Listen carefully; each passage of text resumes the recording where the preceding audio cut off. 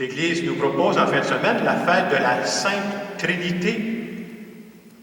Et à travers cette fête de la Trinité, on veut d'abord nous redire, comme je le disais tantôt, que nous sommes créés à l'image et à la ressemblance de Dieu Trinité. Vous savez, dans la Trinité, le Père n'est pas le Fils, puis le Fils n'est pas le Saint-Esprit, mais malgré toutes leurs différences, ils forment un seul Dieu. Et cette fête-là veut nous rappeler que Dieu nous a créés avec nos différences, avec ce qu'on a de particulier, et que nous autres aussi, on est appelés à vivre tous ensemble. Dieu nous a donné des caractéristiques spéciales. Dieu veut qu'on fasse une différence dans notre monde. Croire en Dieu, c'est croire que Dieu a voulu qu'on habite la planète présentement, nous autres, et qu'on apporte une mission unique dans ce monde-là. Et si notre particularité n'était pas là, il manquerait quelque chose à notre monde. En cette fête de la Trinité, j'essaie de vous présenter, c'est pas évident de présenter la Trinité, là. J'essaie de les représenter par les trois figures qui sont ici. Alors, ce que j'ai fait, peut-être, je ne sais pas si on va bien voir à la caméra, la première ici qui représente le Père, j'ai pris l'image du Père qu'on peut trouver quand on va à la chapelle Sixtine à Rome. La deuxième, pour représenter le Fils, j'ai pris le visage de Jésus qu'on peut voir dans le film de Jésus de Nazareth de Zeffirelli. J'ai même mis une couronne d'épines pour que ça me fasse penser à lui. Et vous comprendrez que l'Esprit, on n'a pas de photo de l'Esprit, fait que j'ai mis une colombe, parce que souvent quand on parle de l'Esprit, on fait allusion à une colombe. Et ce que je veux représenter par ça, c'est que ce Dieu Trinité-là, qui est formé de trois personnes différentes, pour qu'il puisse former un seul Dieu, ça suppose que ces trois personnes-là sont continuellement en relation, continuellement en communication entre elles. Et c'est pour ça qu'on peut dire que le Dieu Trinité, c'est un être de relation. On pourrait même dire que le Dieu Trinité, c'est peut-être le plus bel exemple de l'unité dans la diversité. Donc, si j'avais à résumer ça, la Trinité, je dirais que c'est un être de relation d'amour dans trois personnes différentes. Et je le disais tantôt, si c'est vrai que nous autres, on est créés à l'image et à la ressemblance de ce Dieu-là, ce que ça vient nous dire, c'est que nous autres aussi, on est des êtres de relation avec toutes les différences qu'on a entre nous.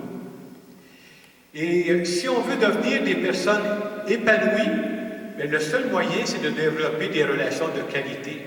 J'aurais beau être millionnaire, j'aurais beau avoir tout ce que je peux posséder, si je n'ai pas des bonnes relations avec les personnes qui m'entourent, je ne pourrai jamais devenir une personne épanouie. Moi, ça, c'est un message important que je retiens de la fête de la Trinité qu'on célèbre aujourd'hui. Dans l'Évangile qu'on avait tantôt, on disait « Dieu a envoyé son Fils dans le monde, non pas pour juger le monde, mais pour que par lui, le monde soit sauvé. » Autrement dit, Jésus n'est pas venu sur terre pour nous décourager, pour dire « Hey, regardez donc toutes les erreurs que vous faites. » C'est vrai qu'on en fait des erreurs, mais ce n'est pas pour ça qu'il est venu sur terre. Jésus est venu sur terre, au contraire, pour nous encourager, pour nous dire « Vous savez, je savais que vous feriez des erreurs, j'ai payé pour vous autres à l'avance. » Et pour être capable de développer des relations de qualité, il y a plusieurs façons de faire, il n'y en a pas juste une. Mais je pense qu'on peut s'entendre que nos façons de parler peuvent influencer beaucoup nos relations. Dans ce sens-là, je pense qu'on pourrait dire que ça rejoint bien le thème qu'on a depuis quelques semaines, plus que des mots.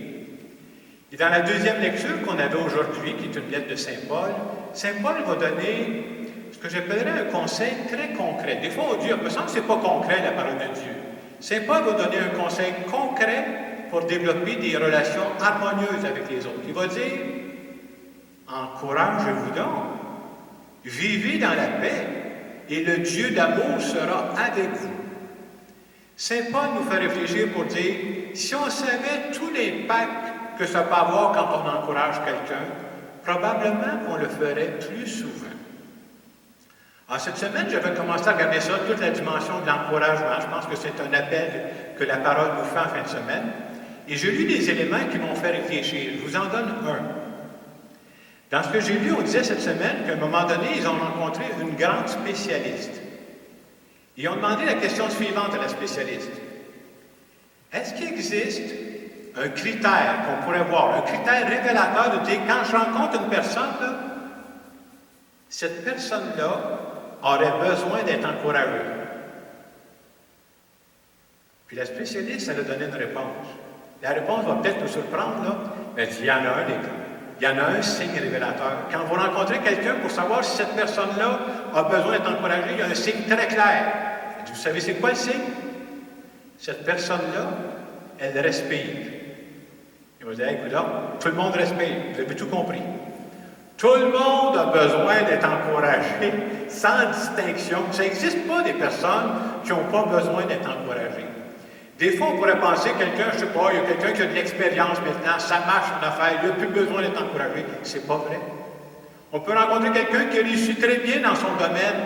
Ah, à l'étape où il est rendu, cette personne-là n'a plus besoin d'être encouragée. C'est pas vrai.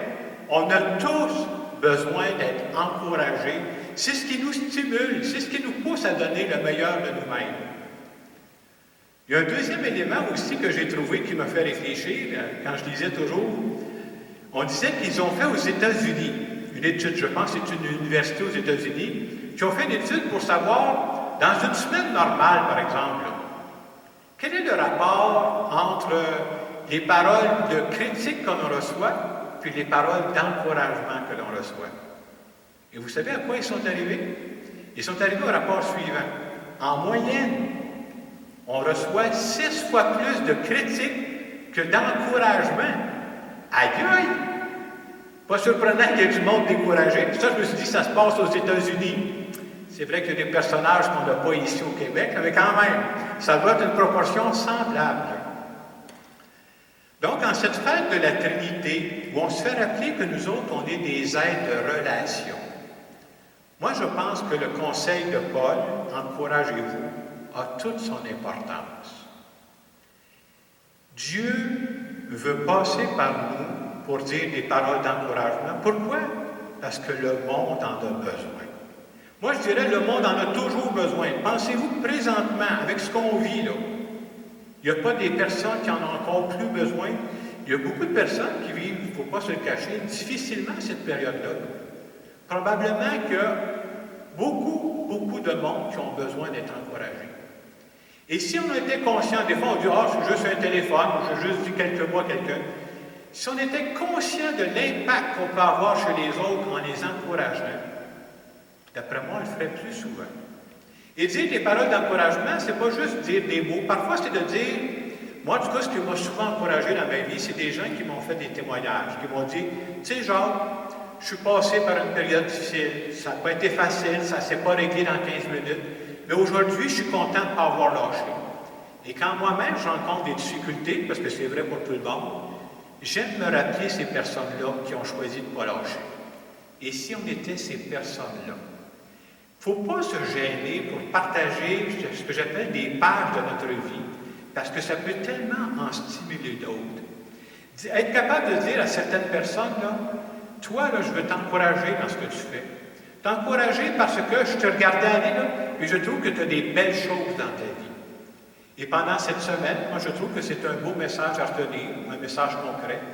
Est-ce qu'il n'y a pas une ou deux personnes de mon entourage, que je prenne le temps d'y penser, là, une ou deux personnes que je pourrais encourager, parce que je sais que dans ce qu'on vit présentement, ils en ont besoin d'une façon spéciale. Alors, en cette fête de la Trinité, je vais prendre un moment pour faire une prière à Dieu en notre nom.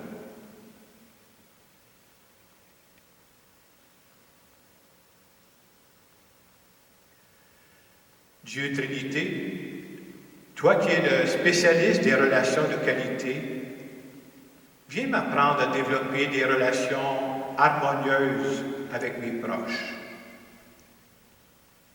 Viens m'apprendre que la qualité de ma vie, là, ce dont je serai le plus fier à la fin de ma vie, c'est intimement lié à la qualité des relations que je vais développer avec les autres. Je veux te demander pardon pour toutes les fois où j'ai de la misère à accueillir les personnes qui ne pensent pas comme moi. Les personnes qui n'agissent pas comme moi. Je veux aussi te demander pardon pour toutes les fois où je critique beaucoup plus que j'encourage Et pourtant, je veux encourager les autres. Et Dieu Trinité, je veux te dire que j'aimerais développer avec toi une relation de plus en plus vraie, une relation de plus en plus authentique. Et je veux te dire merci de faire partie de ma vie.